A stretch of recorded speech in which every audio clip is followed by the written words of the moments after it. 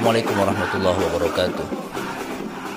Tangisan kita kembali pecah karena tragedi Kanjuruhan. Sepak bola kita kembali berduka karena peristiwa yang sepatutnya tidak harus terjadi. Sahabat Deep yang saya cintai, para pecinta sepak bola dimanapun berada,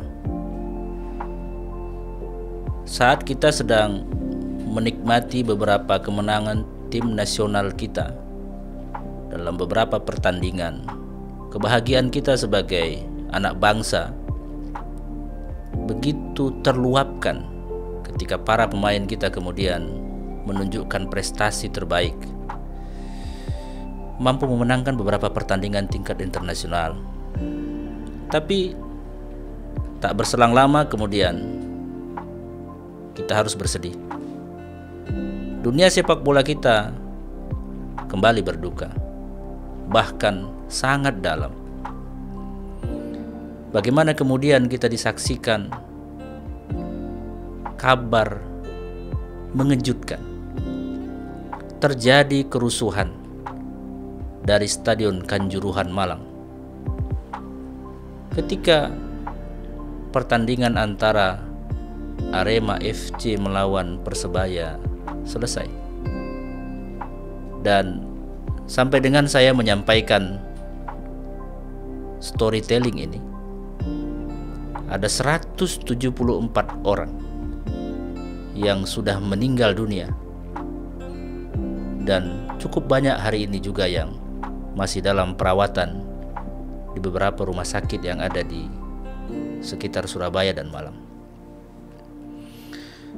Dari berbagai informasi yang kita himpun, baik dari media massa maupun media sosial, bahwa saat pertandingan selesai dengan kemenangan 3-2 oleh tim Persebaya, sejumlah pendukung Arema atau yang dikenal dengan sebutan Aremania masuk ke dalam lapangan, mengejar para pemain karena kecewa Arema kalah 2-3 dari Persebaya.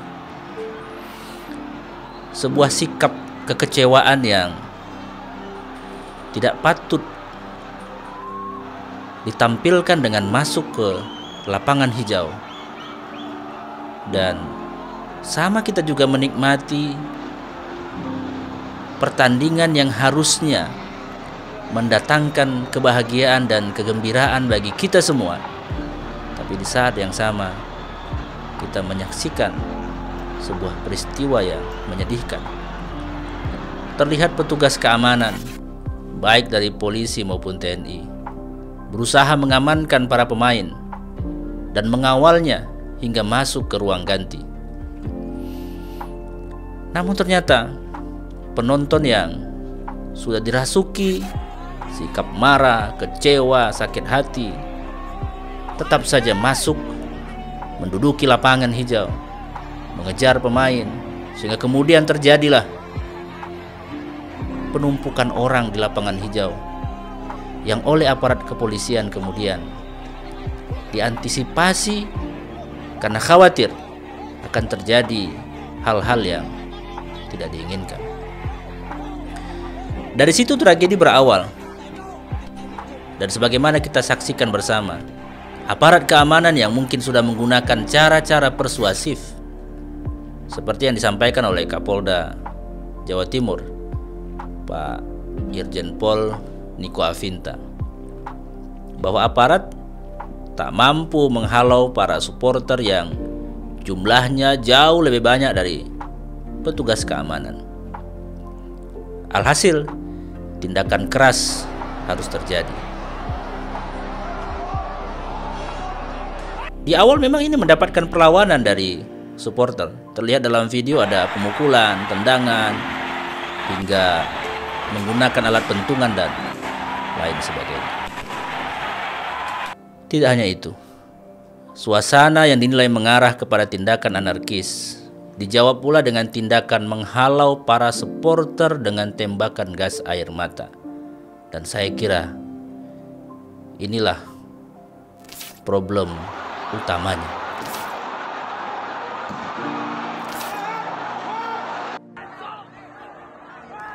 Beberapa kali, mungkin belasan kali, atau mungkin puluhan kali hingga akibatnya penonton yang ada di dalam stadion, terutama mereka yang masih duduk, juga terkena dampak dari asap gas air mata.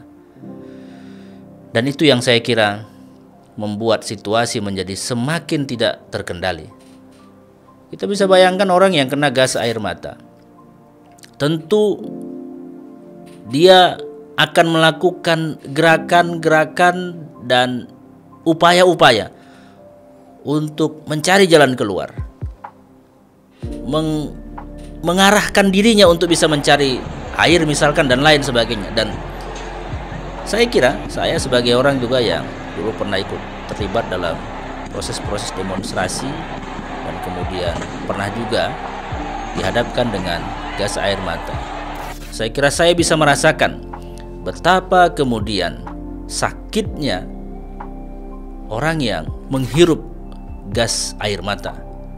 Apalagi kondisinya di dalam stadion, puluhan ribu orang. Bahkan catatan yang disampaikan itu ada daya tampungnya ada 38.000, tapi menurut laporan yang ada dirilis 42.000 orang menyaksikan pertandingan. Berarti ada kelebihan jumlah penonton. Dan ada kesaksian dari Ketua Pengurus Daerah Pemuda Muhammadiyah Malang, sebagaimana diberitakan di sejumlah media. Aparat bahkan melakukan pengeroyokan dan digambarkan sebagai tindakan kejam. Dan saya kira ini memang perlu dilakukan investigasi dan penyelidikan yang lebih dalam lagi oleh seluruh pihak. Dan saya kira ini mesti melibatkan banyak pihak untuk bisa mendudukkan persoalan ini dan kemudian menemukan akar masalahnya. Bagaimana ungkapan kekecewaan para supporter yang tidak puas atas kekalahan klub sepak bola tercinta dijawab dengan pemukulan oleh aparat, tendangan hingga penembakan gas air mata yang berdampak kepada para penonton yang masih duduk di kursi. Kecewa dan senang itu sesuatu yang pasti dan akan dirasakan oleh para supporter sepak bola tergantung hasilnya. Begitu juga cara melampiaskan perasaan itu pun tentu berbagai macam. Dan tindakan masuk ke dalam lapangan pertandingan sesungguhnya bukan hal baru dalam dunia sepak bola, khususnya di Indonesia. Sering sekali terjadi.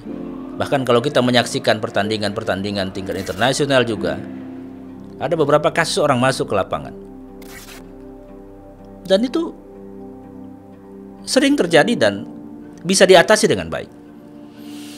Penanganannya tidak harus dengan cara-cara seperti yang dilakukan oleh aparat pada kasus Kanjuruhan ini. Penanganan aparat keamanan yang biasanya harus mengambil tindakan tegas melalui kontak fisik, melalui memukulkah, menendang yang membuat kerusuhan, saya kira itu bukan pilihan.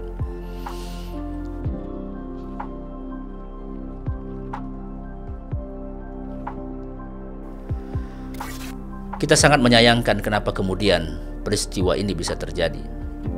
Tragedi meninggalnya para supporter ini justru diakibatkan karena dampak dari efek gas air mata yang menyesakkan, di mana mereka terpaksa harus menghirupnya karena tidak bisa menghindar.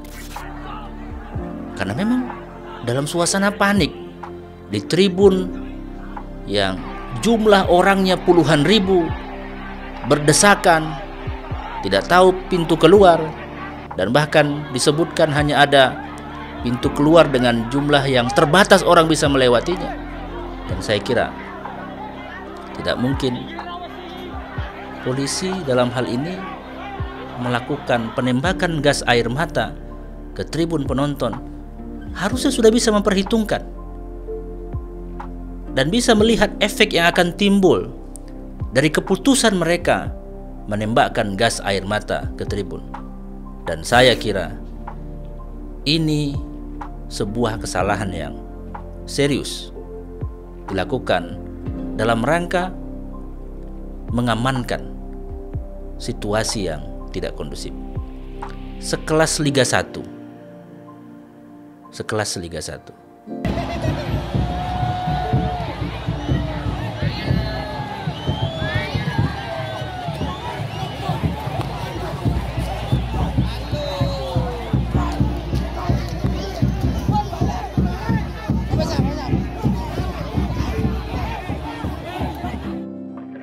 Terima kasih Pak Menpora, Pak Kapolri yang kami hormati, Ibu Gubernur, hadirin sekalian berbahagia.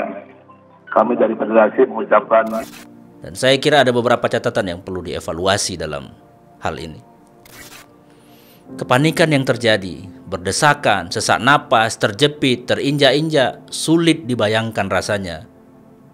Kalau kemudian kita saja yang menyaksikan dari jauh bisa membayangkan apa yang akan terjadi. Yang mau saya tanyakan secara khusus adalah kepada pihak pengamanan. Apakah Anda pernah merasakan sakitnya terkena gas air mata? Bahkan menghirup aromanya saja, rasanya begitu sakit sampai kita mengeluarkan air mata karena sakitnya. Sedangkan flare gun saja yang asapnya tidak begitu keras efeknya pada pernafasan, itu dilarang penggunaannya. Oleh FIFA, itu ada kebijakan pelarangan penggunaan gas air mata atau sejenisnya untuk mengamankan situasi yang terjadi di lapangan pertandingan sepak bola. Sebagai kesimpulan, selain kata duka yang mendalam atas wafatnya 174 penonton Arema FC dan Persebaya, semoga Allah mengampuni dosa-dosa mereka dan menempatkan mereka semua di tempat yang terbaik. Saya ingin sampaikan bahwa yang ada di stadion itu adalah para penonton sepak bola. Apalagi yang masuk ke lapangan adalah mereka yang mendukung Arema. Jadi ini bukan tawuran antar supporter seperti yang di awal dijadikan hipotesa seolah-olah ada tawuran antar supporter. Saya ingin sampaikan bahwa ini tidak mungkin, karena yang menonton pertandingan mayoritas adalah, atau bahkan boleh disampaikan sebahagian besar itu adalah pendukungnya Arema FC. Jadi seharusnya saya kira tindakan yang berlebihan dilakukan oleh aparat keamanan bukanlah solusi mengatasi kericuhan. Jika kemudian penggunaan flare gun saja tidak dibenarkan, apalagi penggunaan gas air mata, apalagi ini dalam stadion. Maka saya berharap pertama kejadian ini menjadi evaluasi kita semua kepada pihak PSSI misalkan. Mesti menerapkan SOP yang tepat sesuai dengan standar yang sudah dikeluarkan oleh aturan FIFA. Kendati pun harus melakukan pengamanan, tentu semuanya harus merujuk kepada aturan yang sudah ada, agar peristiwa ini tidak terulang kembali. Kepada seluruh keluarga korban tragedi, kami menyampaikan duka cita yang mendalam. Sebagai sesama pendukung klub sepak bola, kami yang hari ini berada di luar Arema pasti ikut berduka karena ini adalah dukanya Indonesia. Dan kepada aparat keamanan saya kira harus diberikan juga sanksi, baik Kapolres, Kapolda, bahkan Kapolri. Saya kira ini catatan yang bagi aparat keamanan yang ditugaskan untuk menciptakan kondisi yang kondusif dalam sebuah pertandingan sepak bola. Saya kira wajar kalau kemudian kita mengevaluasi para pimpinan yang ditugaskan untuk itu, karena mereka kita anggap tidak mampu menjalankan kewenangannya, memberikan keamanan dan kenyamanan kepada orang yang sedang menyaksikan pertandingan sepak bola. Pak Kapolri, Pak Kapolda, dan Pak Kapolrestabes Malang, saya kira Pak Presiden dalam hal ini harus membentuk tim yang terpadu, melibatkan semua pihak yang dianggap berkompeten. Khusus kepada Kapolri, saya minta melakukan investigasi dan mengusut tuntas kasus ini. Untuk mengusut tuntas kasus ini dan kemudian memberikan hukuman yang setimpal bagi mereka yang lalai dalam melaksanakan tugasnya, dan kita pandang mereka sebagai pihak yang bertanggung jawab terhadap kejadian ini. Ketua Umum PSSI juga saya kira. Terima kasih Pak Menpora, Pak Kapolri yang kami hormati, Ibu Gubernur, hadirin sekalian berbahagia. Kami dari Federasi mengucapkan Harus bertanggung jawab terhadap peristiwa ini, karena ini bagian dari peristiwa yang membuat PSSI yang baru kemarin saja mendapatkan nilai raport baik karena prestasinya, tapi hari ini kemudian harus kembali tercemar karena wafatnya para pendukung Arema FC. Ini ungkapan perasaan, kekecewaan, sekaligus kesedihan anak bangsa yang begitu sesak hatinya melihat nasib yang diterima oleh para supporter Arema FC, harus menghembuskan nafas terakhirnya di arena, di lapangan hijau, di tribun. Semoga peristiwa ini menjadi pelajaran penting bagi dunia sepak bola kita. Dan saya setuju bahwa pertandingan sepak bola ke depan harus lebih baik. Karena kalau tidak, bukan tidak mungkin dunia internasional akan memberikan sanksi kepada Indonesia, termasuk soal penunjukan Indonesia sebagai tuan rumah Piala Dunia U20 tahun 2023. Saya nggak bisa membayangkan kalau kemudian peristiwa ini menjadi bahan evaluasi bagi FIFA untuk melihat kesiapan Indonesia menjadi tuan rumah di Piala Dunia U20 ataupun event-event sepak bola kelas internasional lainnya. Assalamualaikum warahmatullahi wabarakatuh.